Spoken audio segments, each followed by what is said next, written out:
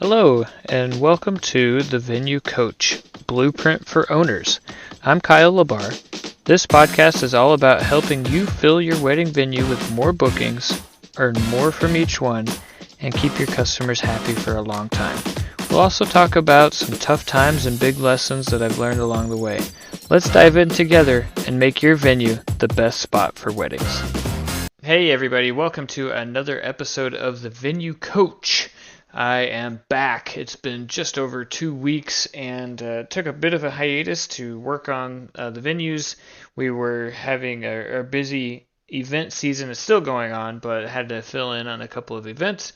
And also, I started prepping for the Wedding MBA convention in Las Vegas. So I will be there as a vendor. If you are going, stop by. I'd love to meet you in person, see you at the booth, and share some insights and some tips and tricks on how to make your venue even better.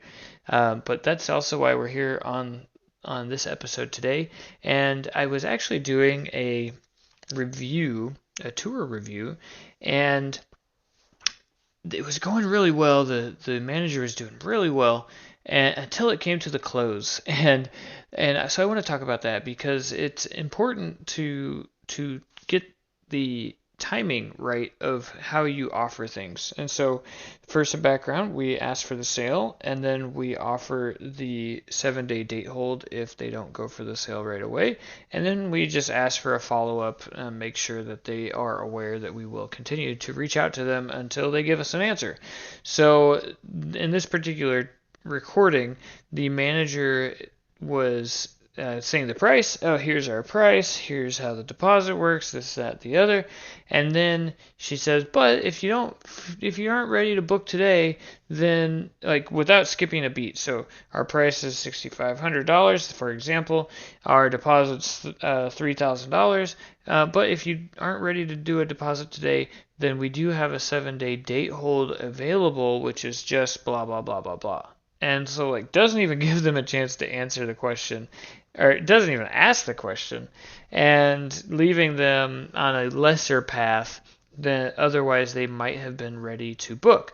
And now the end result is that the couple did book, and they've since had their event. And so this was a bit of a longer review, or more like a review that happened a few months ago.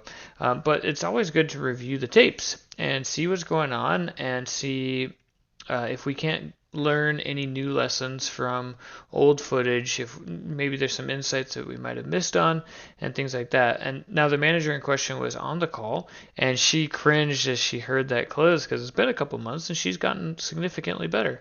And so it was just really, really a good reminder of remembering why they're on the tour. Are they on the tour to give you a 7-day I'll think about it? No, they're on the tour to book. And that's exactly what we need to let them do first, is book.